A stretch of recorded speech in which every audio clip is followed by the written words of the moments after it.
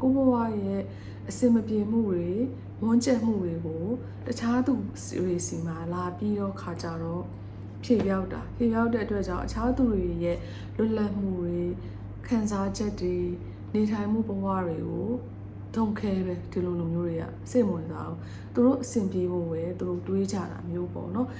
အားလုံးမင်္ဂလာပါကျမရဲ့ YouTube channel ကနေပြန်လဲကြိုဆိုပါရစေဒီနေ့ကျမအားလုံးကိုဝေမျှခြင်းတဲ့အကြောင်းအရာကကြတော့ဒီကိုရီးယားရုပ်ရှင်ဇာတ်ကားတစ်ခါအကြောင်းပြောပြချင်တာပေါ့နော်အဲ့ဒီဇာတ်ကားနဲ့ဆက်ပြီးတော့မှကျမရဲ့အရင်တုန်းကတွေးကြုံရတဲ့အတွေ့အကြုံတွေရောပါအားလုံးကိုshare လုပ်ပေးခြင်းနဲ့ဒီကနေပြီးတော့ကျမထင်တယ်အတွေ့အကြုံတော့ရသွားမယ်လို့ထင်တယ်အဲ့ဒီဇာတ်ကားရဲ့နာမည်ကကြတော့ 4pm နဲ့ဆိုတော့အဲ့ဒီဇာတ်ကားက2024ကထွက်တာပေါ့နော်ကိုရီးယားတော့ဇာတ်ကားတကားရဲ့ရုပ်ရှင်ကားဟိုလို series တွေပါတယ်မဟုတ်ဘူးပြီးတော့အဓိကမင်းသားမင်းသမီးတွေကလည်းပဲအခုခေတ်မှာကြိုက်ကြတဲ့ဟိုငယ်လေးတွေမဟုတ်ဘူးပေါ့နော်ဟိုအခုခေတ်ဒီကိုရီးယားseries တွေထဲမှာအမေခန်းတို့ professor ခန်းတို့ဆရာဝန်ခန်းတို့အဖေခန်းတို့တရုပ်ဆောင်တဲ့မင်းသားမင်းသမီးကြီးတွေပေါ့နော်ဒါပေမဲ့လည်းအဲ့လိုမင်းသားမင်းသမီးကြီးတွေပြီးမဲ့လည်းပဲဟို series တွေထဲမှာဆိုရင်တကယ်အရေးကြီးတဲ့ဇက်ပုနေရာကနေတရုပ်ဆောင်တဲ့ဟိုနာမည်ကြီးရဲ့မင်းသားမင်းသမီးကြီးတွေပေါ့နော်ဆိုတော့အဲ့ဒီအတွက်ကြောင့်အဓိကမင်းသားမင်းသမီးတွေကလည်းဟိုလူငယ်အကြိုက်မဟုတ်တဲ့မင်းသားမင်းသမီးကြီးတွေဖြစ်တယ်ပြီးတော့အဲ့ဒီဇာတ်လမ်းရဲ့အကြောင်းအရာကကြတော့သူကromance လည်းမဟုတ်ဘူး drama လည်းမဟုတ်ဘူး crime တို့နောက် action တို့လည်းမဟုတ်ဘူးပေါ့နော်fantasy လည်းမဟုတ်ဘူးဒါအဓိကတွေးစရာပေးတာပေါ့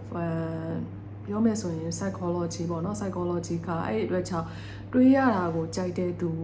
နောက်ပြီးတော့အဲ့ဒီစကားကပေးချင်တဲ့ message နဲ့အမှကျွန်တော်လိုမျိုးပေါ့နော်ဟိုကိုတွေးရတဲ့တွေးခဲ့ရတဲ့အတွေ့အကြုံနဲ့ထိုက်တူကြတဲ့သူမျိုးဆိုရင်တော့ဒီစကားကိုခံစားမိလိမ့်မယ်ကြိုက်ကြလိမ့်မယ်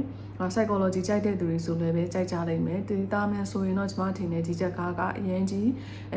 လူတွေကြိုက်လောက်မဲ့ကားမျိုးစားမဟုတ်ဘူးပေါ့နော်ဒါပေမဲ့လည်းစိတ်ဝင်စားစရာကောင်းတယ်ဆိုတော့အဲ့ဒီအတွက်ကြောင့်အကယ်၍စိတ်ဝင်စားရဲဆိုရင် 4pm ဆိုပြီးတော့မှတွားကြည့်လို့ရတယ်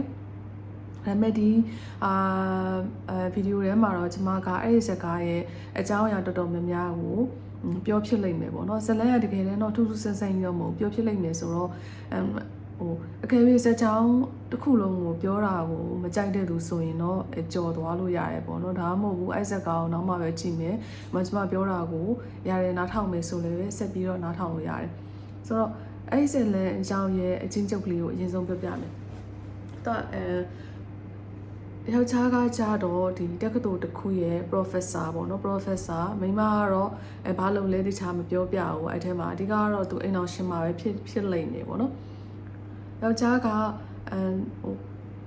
ဒီအခုခေတ်မှာဆိုရင်တော့ YouTube တို့ဘာလို့ပဲဖြစ်ပေါ့နော်တော်တော်များများဟိုရဲ့ dream life ကဘာလဲဆိုတော့တချို့တွေရဲ့เนาะဒီ slow living ကိုကြိုက်တဲ့လူရဲ့ dream life ကစံကြောင်းလေးတစ်ခုပေးကအိမ်လေးမှာအပင်လေးတွေစိုက်ပြီးတော့စာဖတ်မယ်ကိုဝါသနာပါတဲ့အလုပ်တွေလုပ်မယ်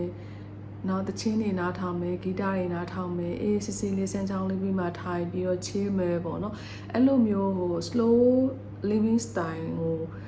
သဘောကျကြလိမ့်မယ်ဆိုတော့အဲ့ professor ကလည်းအဲ့လိုပဲသူကအဲ့ဒီဇာတ်ကားရဲ့အစမှာကြာတော့သူအနားယူတာပေါ့နော်အလုပ်ကနေအနားယူတော့သူ့ကိုနှုတ်ဆက်တဲ့နေ့ပေါ့အဲ့မှာသူတို့ကနှုတ်ဆက်ပြီးချင်းမယ်သူတို့ဝယ်ထားတဲ့ခုနကdream home ကိုလင်မယားနှစ်ယောက်ကပြောင်းကြတယ်ပေါ့အဲ့ဒီမှာပြောင်းကြပြီးတော့ထုံးစံတိုင်းပဲပေါ့နော်သူတို့ဒီအိမ်လေးကိုသူတို့ဘာကြောင့်လို့ကြိုက်တယ်ဆိုတဲ့အကြောင်းကိုပြောကြတာပေါ့စမ်းကြောင်းလေးပြီးမှဘယ်လောက်ထိတာရလဲပြီးတော့slow life ကိုအခုအလုပ်တွေလုပ်ပြီးတော့ဒီလိုမျိုးအနားယူတဲ့ကာလာမှာဒီ slow life ကိုလင်မယားနှစ်ယောက်ဖြတ်သန်းမယ်ပြောစရာကောင်းတယ်ပေါ့နော်သူတို့မှာသားသမီးမရှိဘူးဒါပေမဲ့ဟိုသားသမီးလိုမျိုးချေရတဲ့တပည့်တယောက်တော့ရှိတယ်အဲ့တော့သူတို့ပြီးတော့ကြတော့တည့်ရတိုင်းပဲယောက်ျားက professor အငိမ့်စားဆိုတကယ်ပညာတတ်ပေါ့နော်ပညာတတ် record တတ်တယ်ပညာအသိရှိတယ်ပေါ့နော်မိန်းမကကြောက်ရလဲပဲသူ့ကိုပါရမီဖြည့်ပေးတယ်ပါရမီဖြည့်ပဲအိမ်တော်ရှင်မပေါ့အဲ့လိုသူတို့ရဲ့အိမ်လေးကစမ်းချောင်းလေးဘေးမှာရှိတယ်ပြီးတော့မှသူတို့ကြိုက်တဲ့ဟိုပန်းမင်တစ်ပင်တွေလည်းပဲအိမ်ဘေးပတ်ဝန်းကျင်မှာရှိတယ်ပေါ့နော်ပြီးတော့အိမ်ကနှစ်ထပ်အိမ်အကျယ်ကြီးပဲချန်လေးနဲ့ပေါ့အဲ့လိုမျိုးရှိရပေါ့ဆိုတော့သူတို့အဲ့မှာပြောင်းသွားကြတယ်သူတို့နေချင်တဲ့ life ကကြတော့ဘယ်လိုမျိုးလဲဆိုရင်ယောက်ျားကအေးစစ်စစ်စာဖတ်မယ် ပြီးတော့သူတို့တွေလက်ဖက်ရည်တို့ coffee တို့ကိုတူတူတောက်ပြီးတဲ့ခါကျတော့ living the moment ပေါ့နော်ဟိုအချိန်တိုင်းကိုပျော်အောင်နေကြမယ်ပေါ့အချို့အချိန်တွေမှာနေ့တိုင်းမှာသူတို့နှစ်ယောက်တူတူ meditation လုပ်မယ်လမ်းလျှောက်မယ်ပေါ့နော်အဲ့လိုပြီးရင်သူတို့ရဲ့ခုနကပြောတဲ့တာသမီလိုချေရတဲ့အကြောင်းသူတွေကလာလေတယ်ဘယ်လိုတွေပြောကြမယ်ပေါ့သူတို့ရဲ့စိတ်ကူးကအဲ့လိုမျိုးပေါ့နော်အဲ့လိုမျိုးနဲ့ရောက်သွားတော့ခါကြတော့အိမ်အစ်စ်ကိုပြောင်းတဲ့သူတို့ရဲ့ထုံးစံအတိုင်းပေါ့နော်ကျမတို့ကဒီကိုယ့်ရဲ့ဒီအိမ်ဘေးပတ်ဝန်းကျင်မှာနေတဲ့သူတွေနဲ့ဟိုမိတ်ဖွဲ့ရတာပေါ့နော်ရောက်ချင်တော့ကျမတို့ဒီနေရာကိုရောက်လာပါပြီနှုတ်ဆက်ပါတယ်ပေါ့အမှသူတို့တီးရကသူတို့အိမ်ဘေးမှာအိမ်တအိမ်ရှိတယ်ခက်လန်းလန်းလေးမှာပေါ့နော်တိမ်မနီမဝေးလေးမှာအိမ်တအိမ်ရှိတယ်အဲ့အိမ်ကိုအဲ့ဆရာအဲ့ဟို professor တီးရကကျတော့အဲ့အိမ်မှာဆရာဝန်လေးများနေတယ်ဆရာဝန်ကြီးလေးများပေါ့နော်ဆရာဝန်ကြီးကလည်း retire သွားတဲ့ဆရာဝန်ကြီးပေါ့နေတယ်ပေါ့အဲ့လိုနဲ့သူတို့သွားနှုတ်ဆက်မှာပဲဆိုပြီးတော့ဟိုအိမ်ကိုပြောင်းလာတဲ့ထိမ်းမနဲ့သွားပြီးတော့မှအဲ့အိမ်ကိုသွားနှုတ်ဆက်တော့သူကဟိုကမလာဘူးအဲ့ဒီတကားခောက်ပြီးတော့ကျွန်တော်တို့ဒီဘက်ကိုပြောင်းလာတဲ့လူတွေပါပေါ့နော်လာပြီးတော့နှုတ်ဆက်တာပါဆိုတော့ဟိုဘက်ကတကားမဖွင့်ပေးလာလို့မရှိတာပဲဖြစ်မှာပေါ့အဲ့နဲ့သူကမကောင်းဘူးပေါ့နော်ကိုကဒီကိုရောက်လာတဲ့အခါကျတော့သူတို့နဲ့တော့ဘယ်လိုပဲဖြစ်ဖြစ်နှုတ်ဆက်မှာပဲဖြစ်မယ်ဆိုပြီးတော့ကျွန်တော်တို့အိမ်ကိုလာလဲလို့ရပါတယ်ဟိုလာလဲပါအောင်ဆိုပြီးတော့စာလေးခြံခဲ့လိုက်တာအဲ့ professor ကြီးကစာလေးခြံခဲ့ပြီးတော့သူတို့ဟာသူတို့ခုနပြောတဲ့ living life ပေါ့ living the moment ပေါ့နော်သူတို့ရဲ့ dream life မှာသူတို့နေကြတယ်ပေါ့အဲ့မှာနောက်ရက်လဲကြာရောအဲ့ဒီဆရာဝန်ကြီးကရောက်လာတယ်သူတို့ဝမ်းသာတာပေါ့နော်သူတို့ဘယ်လိုပဲဖြစ်ဖြစ်ကိုကနေရာတစ်ခုကိုရောက်တဲ့အခါမှာအဲ့နေရာမှာရှိနေတဲ့လူတွေနဲ့ဟိုအဆင်ပြေထားတယ်ဆိုရင်တော့ဒါအဆင်ပြေတာပေါ့နော်နေရတာဆိုတော့သူတို့ကိုအတိမဲ့ပြုတယ်သူတို့စီလာလေတယ်ဆိုပြီးတော့အဲ့မှာသူတို့ဝမ်းသာသွားပြီးတော့အဲ့ဆရာဝန်ကြီးကိုလာပါကြွပါပေါ့နော်အိမ်ထဲကိုကြွပါပေါ့မှာသူမိမလည်းပဲလက်ဖက်ရည်ပါတယ်ဖြောပေးရပေါ့ဖြောပေးပြီးတော့တကယ်တမ်းဆိုရင်ကျတော့တယောက်နဲ့တယောက်ကအဲ့လောက်ရင်းနှီးနှီးမဟုတ်သေးဘူးအရင်ရင်းနှီးတဲ့လူတွေဒါဘာဖြစ်တာကတော့အဲ့ဆရာဝန်ကြီးကရောက်လာတယ်ငုံငွေးထိုင်ပြီးတော့သူစကားလည်းသိမပြောဘူးဒီတိုင်းပဲပေါ့နော်နေပြီးတော့သူမိမလက်ဖက်ရည်ဖြောပေးရမလားဗာညာပေါ့လက်ဖက်ရည်ရတယ်ဖြောပေးရတောက်တယ်စကားမပြောဘူး4နာရီလာတယ်ပေါ့နော်ပြီးတော့6နာရီလည်းထိုးရောထားပြန်သွားတယ်အဲ့နဲ့သူတို့ကလည်းဘယ်လိုလဲမသိဘူးလေပေါ့နော်သူကအစားရဲဆက်ဆက်ချင်းနေဆိုတော့စကားနေတာပဲဖြစ်မှာပါပေါ့နော်မိမကတော့စိတ်ထဲမှာ something is wrong ဆိုမိမတွေမှာအဲ့ဒီစိတ်ရှိတယ်ဟိုကြိုပြီးတော့မှဘယ်လိုပြောမလဲတခုခုကို sense ရတယ်ဆိုတဲ့စိတ်ရှိတယ်မိမတခုခုတော့မှားနေပြီပေါ့နော်ဘယ်လိုလဲတော့မသိဘူးပေါ့အဲ့နဲ့ဒါကတော့ तू ကိုဖိတ်ထားလို့လာတယ်ပေါ့နော်လာတယ် तू ပြန်သွားတယ်ဒါဆိုပြီးသွားပြီဒီမှာငါတို့တွေရှိမယ် तू တီးသွားပြီပြီးသွားပြီပေါ့နော်သူကဒီ case စာကဒီမှာနေမယ်ပြီးသွားပြီလို့ထင်တာပုံမှန်သားမဲ့လူတွေဆိုရင်လည်းပဲဒါကအဲ့လိုပဲသူတို့ဖိတ်လိုက်တယ်မကောင်းတတ်ပါဘူးသူတို့အစ်စ်ပြောင်းလာတဲ့အတွက်ကြောင့်ငါတော့နှုတ်ဆက်မှဖြစ်မယ်ဆိုပြီးတော့လာတယ်ပြီးရင်ပြီးသွားပြီပေါ့နော်နောက်ထပ်ဆိုရင်အရင်ချင်းနှီးသွားရင်တော့လာလဲခြင်းလဲကြမယ်ပေါ့ဒါပေမဲ့မဟုတ်ဘူးနောက်ရက်တွေလည်းပဲအဲ့ဆရာဝန်ကြီးကနေတိုင်းလာတာနေတိုင်းမှာ4နာရီဆိုတာနဲ့4နာရီထောင်နေထိုးတာနဲ့သူကရောက်လာတယ်ရောက်လာပြီးတော့အဲ့လိုပဲငုံငူကြီးထိုင်ပြီးတဲ့ခါကျတော့6နာရီထိုးရင်သူပြန်သွားတယ်နေ့စဉ်ရက်ဆက်ဖြစ်လာတဲ့ခါကျတော့တကယ်တမ်းကဟိုဘယ်လိုပြောရမလဲကိုအိမ်ကိုမဖိတ်ခေါ်တဲ့သူပေါ့နော်ကိုနဲ့လည်းမရင်းနှီးပဲနဲ့မဖိတ်ခေါ်တဲ့သူကြီးကအဲ့လိုမျိုးအမြဲတမ်းလာနေတဲ့ခါကျတော့ကိုရဲ့နေ့စဉ်လုပ်ငန်းဆောင်တာတွေကအနောက်ရှက်ဖြစ်တာပေါ့နော်ပြီးတော့ဒီလူရဲ့ပုံစံကလည်းပဲမူမမှန်တဲ့ပုံစံဖြစ်နေတာပေါ့ very strange ပေါ့နော်အဲ့လိုမျိုးဖြစ်နေတော့အားကြတော့အမှသူတို့နေရာလင်မယားနေရာဟိုဖြစ်ကြတာပေါ့စိတ်ဟိုစကားဆက်မိလို့ပြောကြတာပေါ့နော်သူက something not wrong နေပေါ့နော်ဘယ်လိုလဲမသိဘူးပေါ့အဲ့လိုမျိုးကြီးလာပြီးတော့ဟိုသူများတွေရဲ့ privacy ကိုလည်းပဲမလေးစားဘူးဖိတ်ခေါ်ထားတာမဟုတ်ဘဲနဲ့လာဟိုတရက်ကို4နာရီဆိုရောက်လာတယ်ပြီးရင်6နာရီဆိုပြန်တယ်ဒါမဟုတ်သေးဘူးပေါ့နော်တကယ်လို့သူမိမကိုဖိတ်လိုက်ရင်တော့သူမိမကိုဖိတ်လိုက်ရင်တော့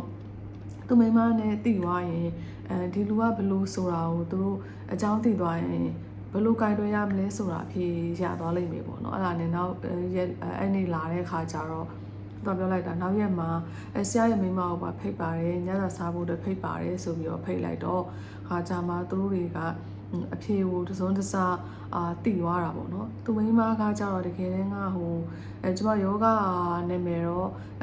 အသေးစိတ်ကြီးမပြောတတ်ဘူးGoogle ထဲမှာပြန်ရှာရင်တော့တွေ့လိမ့်မယ်ဒါပေမဲ့အခုကဒီဗီဒီယိုရုပ်ကြည့် record လုပ်လိုက်တဲ့အတွက်ကြောင့်ပြန်မရှာဖြစ်ဘူးပေါ့နော်သူကဘယ်လိုပြောရမလဲအရင်ယောဂဖြစ်နေတာအဝလွန်ပြီးရဲ့အခါကျတော့ပြန်ပြီးတော့တငယ်ပြန်တယ်လို့မျိုးပေါ့နော်တငယ်ပြန်တယ်လို့ဖြစ်နေတယ်သူကသူဘာမှမလုပ်တတ်ဘူးပေါ့နော်အဲ့လိုမျိုးအမျိုးသမီးကြီးဖြစ်နေတယ်ပြီးတော့ဒီဆရာဝန်ကြီးကကြတော့ဒီလူနာသူ့ရဲ့အမျိုးသမီးလူနာကိုပဲသူကတစ်ချိန်လုံးအဲ့ဒီယောဂဖြစ်နေတဲ့ယောဂတွေကိုတစ်ချိန်လုံးသူကစောင့်ရှောက်နေရတာပေါ့စောင့်ရှောက်နေရတာမှဒီ professor လေးများကတည်သွားတယ်ဒီလူကသူ့ဘဝကဘာမှပြောစရာမရှိဘူးဟိုဘက်မှာဒီယောဂဖြစ်နေတဲ့အမျိုးသမီးကြီးကိုသူကစောင့်ရှောက်နေရတယ်အဲ့ဒီအတွက်ကြောင့်ထွက်ပေါက်လည်းမရှိဘူးပေါ့နော်ကိုရဲ့အမျိုးသမီးဆိုတော့ဒါဘယ်လိုမှလည်းဆုံးဖြတ်ထားလို့မရဘူးဒါပေမဲ့သူအကုန်လုံးစောင့်ရှောက်တယ်စောင့်ရှောက်ပြီးတော့အဲ့ဒီမွန်းကျက်မှုတွေကိုသူတို့ရဲ့အိမ်မှာတရက်ကို2 နာရီလာပြီးတော့ဖြေပြောက်နေရဆိုတာကိုသူတို့သဘောပေါက်သွားတာတကယ်တမ်းကအဲ့လိုလာဖြေပြောက်တယ်ဆိုတော့လူချင်းစီကသူတို့ရဲ့ဘဝအတွက်သူတို့ကိုယ်တိုင်မှာပဲတောင်းရှိတာသူဟိုဘက်မှာမွန်းကျက်တယ်ဆိုတာသူ့ရဲ့မွန်းကျက်မှုတွေကိုဒီလူတွေစီကိုလာပြီးဖြေပြောက်နေဖို့အကြောင်းမရှိဘူး။ဘာကြောင့်လဲဆိုတော့ဒီလူတွေမှာလည်းပဲသူ့မှာသူတို့လုပ်ချင်တဲ့activity တွေသူတို့နေချင်တဲ့ဘဝတွေသူတို့ရဲ့ privacy တွေဆိုတာကရှိတယ်အဲ့တော့အဲ့လိုမျိုးသူတို့ရဲ့ privacy ကိုထိပါပြီးတော့သူတို့ရဲ့မွန်းကျက်မှုတွေကိုကိုယ်စီကိုလာပြီးဖြေပြောက်နေတော့တစ်ဖက်မှာကျတော့အဲ့ဒီရဲ့ဘယ်လိုပြောမလဲဖြစ်ဆို negative energy ပေါ့နော်မကောင်းတဲ့စွမ်းရည်တွေမကောင်းတဲ့စိတ်ခံစားချက်တွေကသူတို့စီမှာကူးတယ်ပြီးတော့သူတို့မှလည်းပဲမလွတ်မလပ်ကြီးဖြစ်ရတယ်ပေါ့နော်ဥပမာတရက်ကဆိုရင်အဲ့ဒီလူလာလေတဲ့အချိန်လောက်မှာသူတို့လင်မယားနှစ်ယောက်ကအပြင်ထွက်သွားတာကိစ္စရှိလို့ဈေးဝယ်တာတင်တယ်အဲ့မှာနောက်ရက်လဲကြာရောအဲ့လူကအဲ့ဆရာဝန်ကတောင်းချမ်းတာပေါ့နော်ငါကဒီလိုအချိန်မှလာနေကြမှန်းသိလို့မင်းတို့ကတမင်ရှောင်ထွက်သွားတာလားဘာလားပေါ့ဒီဟာကြီးကသူ့ရဲ့မွန်းချမ်းမှုတွေကိုဒီ professor လင်မယားကတာဝန်ယူရမယ်ဆိုတဲ့ပုံစံမျိုးကြီးဖြစ်နေတာပေါ့နော်ကိုရဲ့တာဝန်ကိုတခြားသူကိုလွှဲပေးခြင်းတဲ့ပုံစံမျိုးပေါ့ဖြစ်လာတော့ဘယ်လိုဖြစ်လာလဲဆိုနောက်ဆုံးကြတော့အဲ့ professor ကြီးကတကယ်ကိုပဲငင်းချမ်းအခြေအနေမျိုးဘဝမျိုးကိုနေခြင်းလို့မျိုးနဲ့ဝေးတဲ့ဒီလိုနေရာမျိုးကိုတော့သူတမင်ရွေးပြီးတော့မှသူနေခဲ့တာအဲ့လိုအရှုပ်အထွေးတွေနဲ့မနေခြင်းလို့ဒါပေမဲ့တကယ်တမ်းကကြတော့အဲ့ဒီအရှုပ်အထွေးကိုသူကပိုက်ထားရတယ်လို့ဖြစ်နေတာလူတယောက်ရဲ့တောကကြီးကိုသူကပိုက်ထားရပြီးတော့မှသူတို့ရဲ့တည်တဲ့ဘဝဆိုတာမရှိတော့အဲ့မှာအတူချုပ်ပြောရရင်တော့တီးခံရင်နဲ့သူ့ရဲ့တီးခံမှုတွေကlimit ပြည့်သွားတယ်ပေါ့နော်အတိုင်းအတာကိုကျော်လွန်သွားတဲ့အခါမှာဒီလိုတက်မိတဲ့အထိဖြစ်သွားတယ်ပေါ့အဲ့လိုမျိုးကြီးဖြစ်သွားတယ်ပေါ့ဇလန်ကတော့ဒီဟာပါပဲပြောချင်တာကကြတော့ဒီ4 နာရီမှလာလေတဲ့ဧည့်သည်ပေါ့နော်ကိုဘဝရဲ့အစင်မပြေမှုတွေဝန်းကျက်မှုတွေကိုတခြားသူတွေစီမှာလာပြီးတော့ခါကြတော့ဖြေပြောက်တဲ့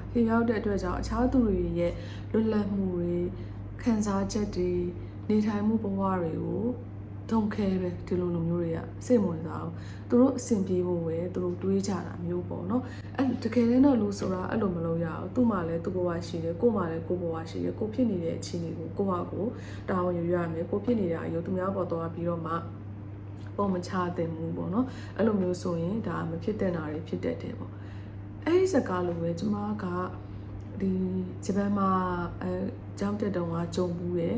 တော်တော်များများကြားဘူးလိမ့်မယ်ဂျပန်မှာကကြတော့ဒီလူငယ်တွေနေတယ်နောက်ပိုင်း generation တွေကပေါ့နော်အခုနောက်ပိုင်း generation တွေတော့နည်းနည်းကလေးတွေမွေးလာတာတွေပဲများလာကြတယ်ဟိုအရင်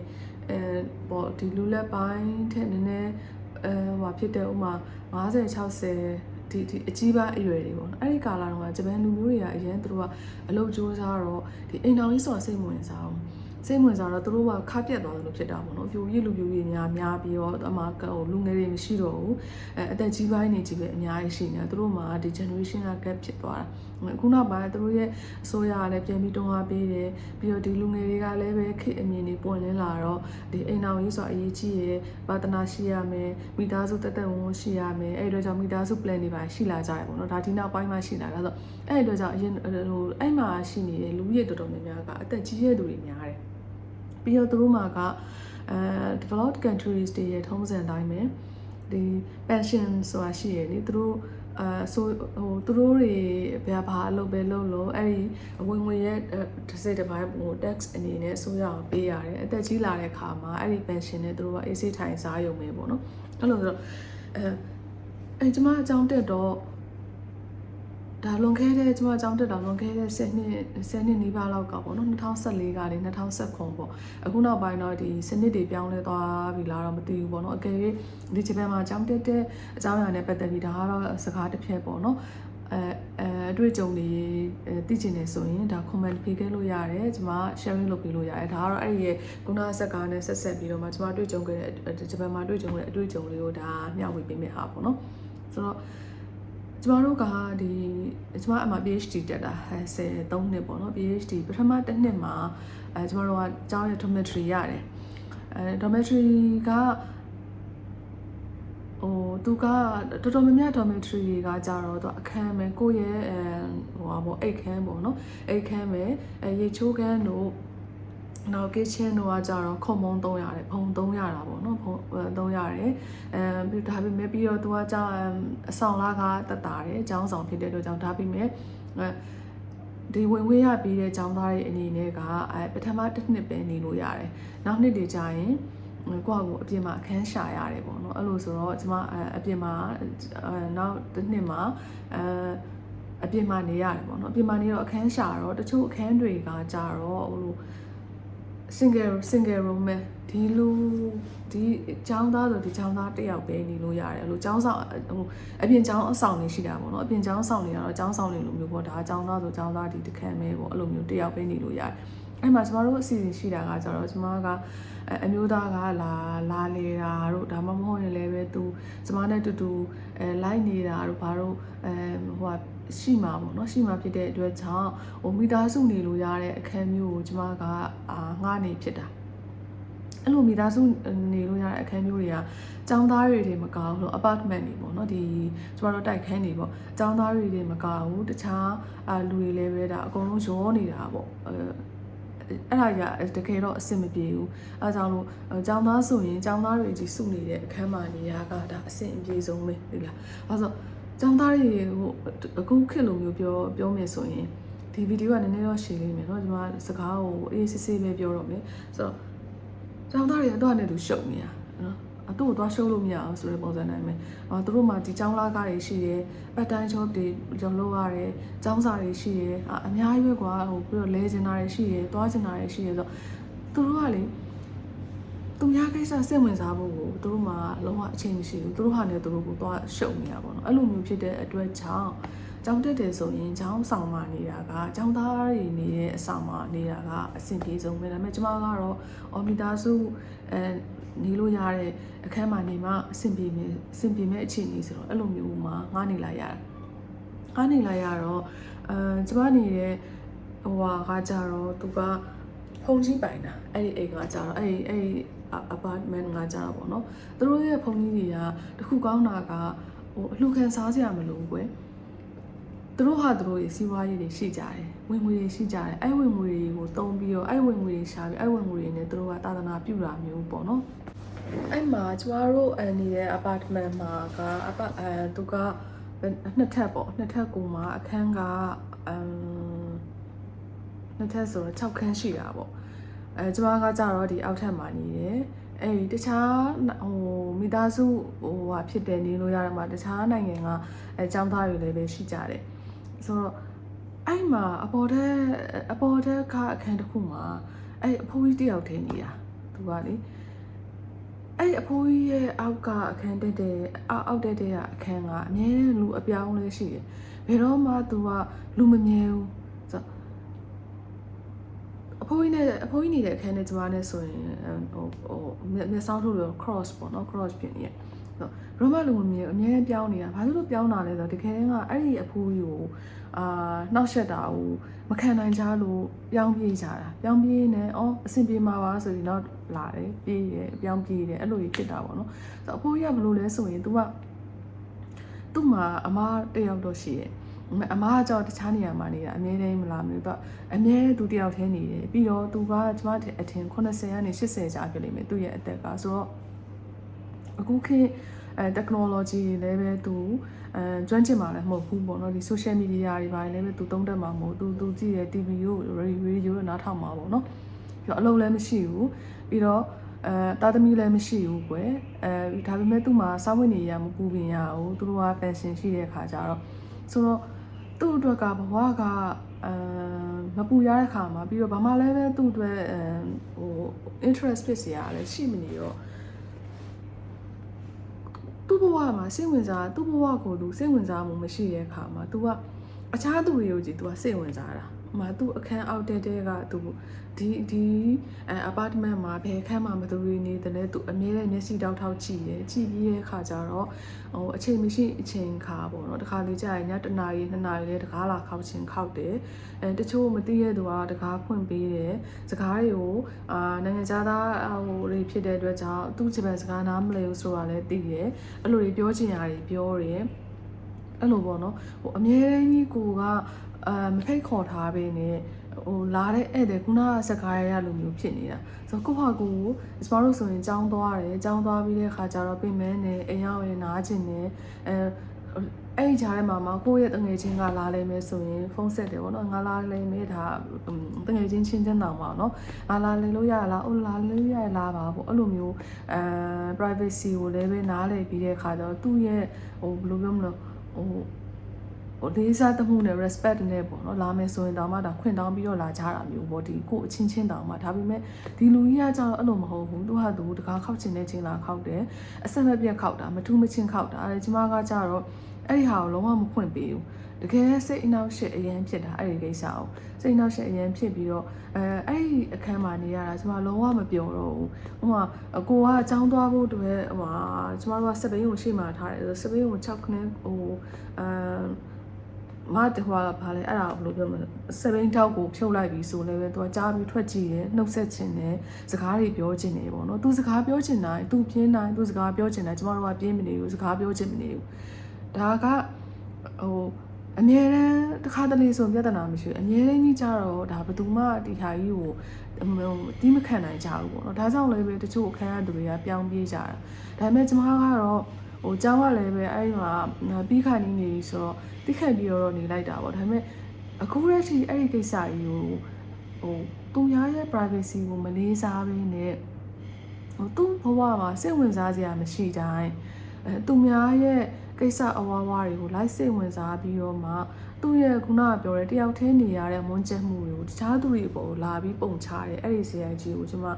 အရန်မုန်းတာတကယ်မုန်းတာမုန်းပြီးတော့ဘဝမှာအဲ့လိုလူမျိုးတွေကိုမကြိုက်တာဒီလားအဲ့ဒီဟာကဘယ်လိုပြောရမလဲသူတို့ကကြတော့လည်းပဲတိတဲ့အလုံးမလုံးတော့လေလူကလေအလုံးမလုံးတဲ့အခါကျတော့ဒီအလုံးနဲ့ပတ်သက်တဲ့သူ့မှာ environment ကလည်းမရှိနေဘူးပြီးတော့ပတ်ဝန်းကျင်ငါကြတော့လည်းပဲတခြားသူတွေကသူတို့ဟာနဲ့သူတို့ရဲ့စိတ်ဝင်စားစရာနဲ့သူတို့ရှိနေတဲ့အခြေအနေမှာသူ့ကိုလည်းဘယ်သူမှဒါစိတ်ဝင်စားနိုင်ဘူးပေါ့နော်အဲ့လိုမျိုးဖြစ်တာပေါ့အဲ့ဒါကြောင့်လူကဘယ်လိုပြောရမလဲဆိုရင်တချို့တွေရှိကြတယ်ဒီမြန်မာမြန်မာပိုးဖွားတွေပေါ့နော်မြန်မာအဖိုးဖွားတွေပေါ့ဖိုးဖွားတွေကိုကလေးထိန်ခိုင်းနေတို့ဘာလုပ်ခိုင်းနေတို့ရှောက်ပြီးတော့ဖြစ်တယ်ပေါ့ဒါပေမဲ့တကယ်တမ်းကအဲ့လိုတွေလုပ်ရတာလေဥမာသူတို့မြန်မာအဖိုးဖွားတယ်ဆိုမြေးလေးတွေရတယ်မြေးလေးတွေကိုထိပေးရတယ်သူတို့ဘဝဒါတကယ်ကိုပဲဒီဟာသူတို့အလုံးရှုပ်တယ်ပေါ့တကယ်တမ်းကကျတော့သူတို့ကတစ်ခုခုမှာ occupy ဖြစ်နေတယ်သူတို့မှာဒါစိတ်ဝင်စားစရာရှိတယ်သူတို့ဘဝကဒီဟာလုံးနေရတယ်ဆိုတော့အရေးပါတယ်ဆိုတော့ဒါသူတို့ကိုသူတို့ယုံကြည်မှုကိုဒါပေးတာမျိုးပေါ့နော်ဒီအတွက်ကြောင့် ပြီးတဲ့ခါကျတော့ဥမာကျမအဖေအမေတို့ဆိုရင်သူတို့နေတဲ့အဝန်းအဝိုင်းကသူတို့အငယ်တွေကအရင်တွေကနေရကွယ်အရင်တွေကနေတော့အချင်းချင်းတွေကတည်နေကြတော့တယောက်အိမ်တယောက်သွားလေဒီလိုပဲပေါ့ဟိုပေါင်းစရာတင်းစရာတွေရှိတယ်ပြီးတော့မြေးတွေရှိတယ်မြေးတွေထိန်းတာတော့ရှိတယ်ပြီးတော့အိမ်လုပ်တွေလုပ်ကြတယ်အဲ့လိုမျိုးဆိုတော့သူတို့ဘဝသူတို့ဟာနဲ့သူတို့နေပျော်နေတာဒီအတွက်သူတို့ဘဝမှာရှိတဲ့မွန်းကျဲမှုတွေပါတယ်ဆိုတာလည်းတကယ်ကတိတ်မရှိပါဘူးရှိရင်လည်းပဲအချင်းချင်းတွေကြားမှာပြောလိုက်ဆိုလိုက်ဒီ community တစ်ခုထဲမှာရှိနေတဲ့အခါကျတော့ဟိုခုနလိုမျိုးအထီးကျန်တာတို့မွန်းကျက်တာတို့ဘာမှမရှိဘူးပေါ့နော်မရှိတော့တခြားသူတွေပေါ်မှာတွားပြီးတော့မှဟိုဖြေပြောက်စရာလည်းမရှိဘူးအဆင်ပြေကြတယ်ပေါ့နော်ဒါပေမဲ့တချို့နိုင်ငံကဥမာခုနလိုမျိုးကျွန်မတွေ့ကြုံကြရတဲ့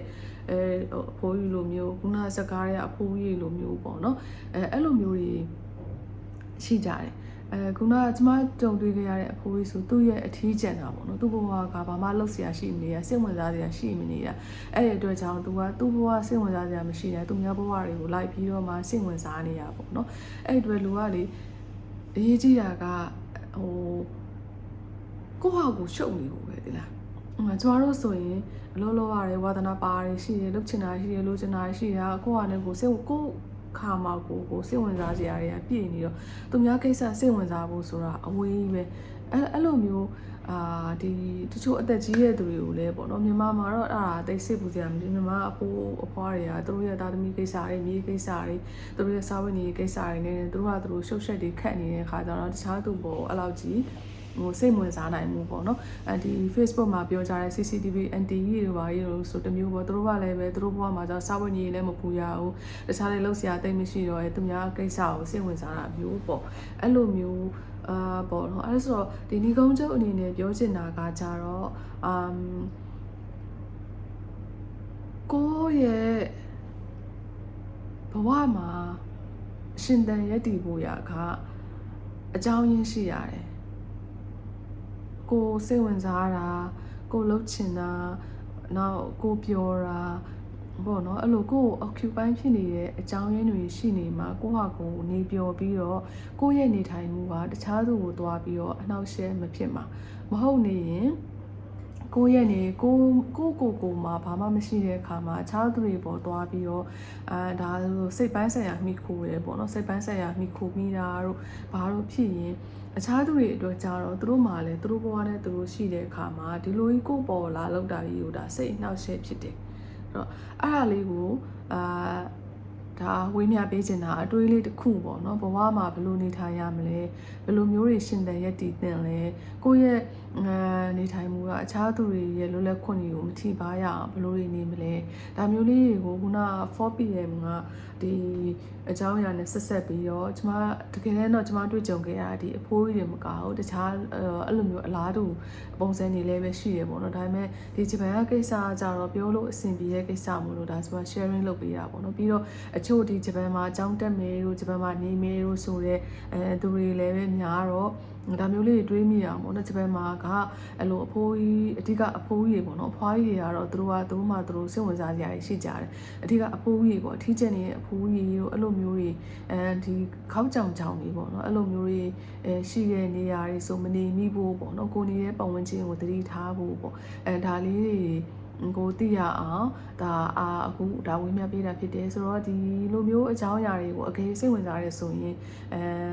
comment ပေးခဲ့ပါ like ပေးခဲ့လို့လည်းရတယ်ဒါပေမဲ့တခုကြိုပြောချင်တာကကြတော့ကျမကဒီဇက်ကားအကြောင်းတွေပါတယ်ကိုအရင်